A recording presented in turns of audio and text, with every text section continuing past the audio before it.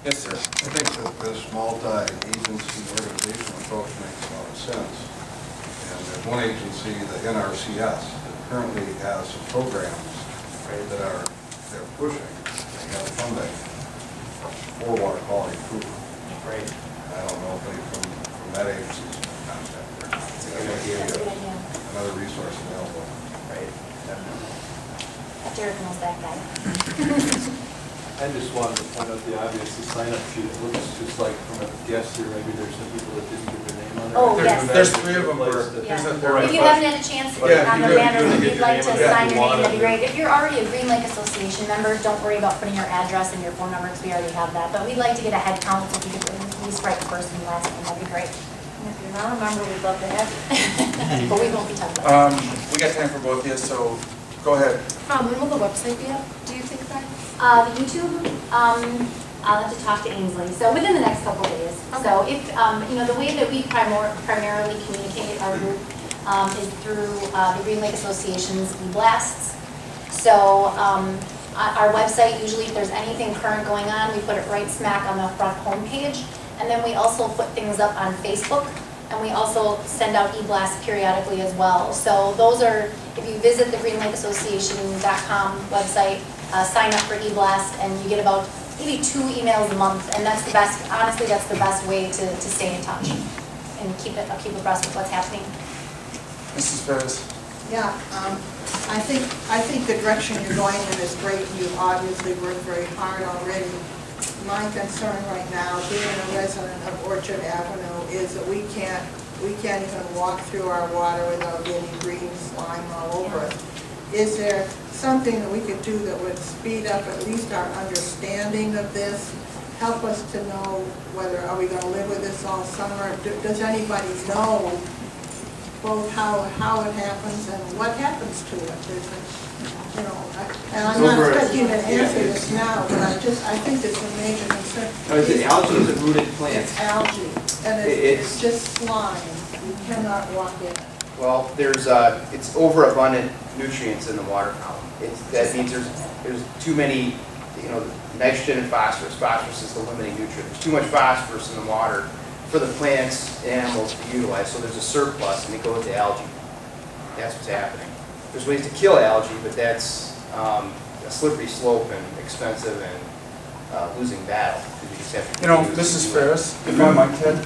Yeah. I talked to Mr. Ferris today in my office, and we talked about this, and I think this is absolutely an issue that we want to explore a lot further because, for example, last year, in my opinion, I've been here 16 years, it was the worst year that I've ever seen in my 16 years in terms of plant growth on the big lake.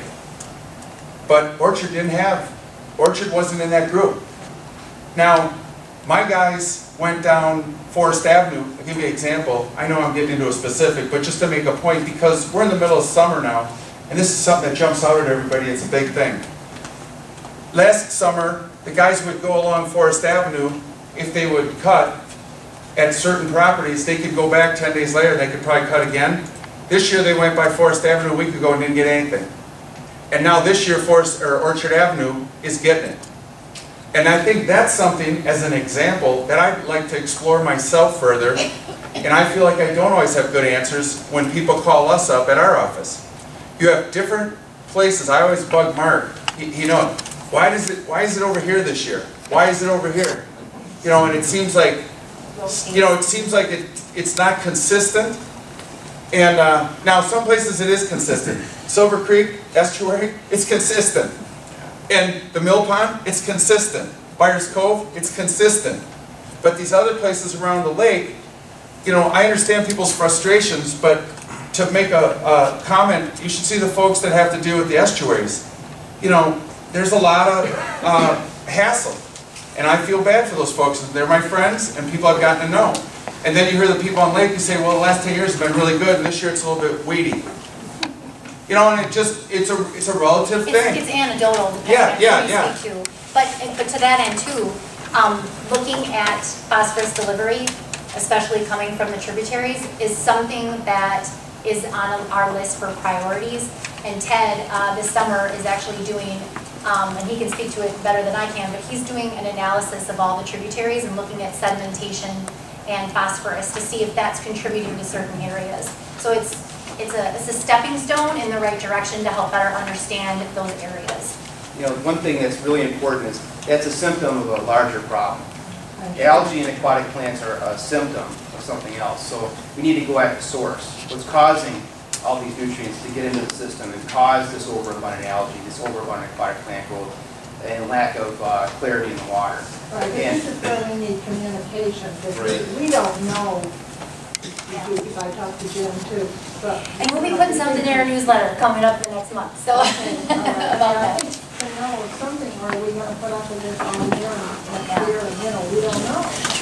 We just started getting calls like the last 2 weeks, so. Now, the one thing I'm gonna say is, we're gonna wrap it up.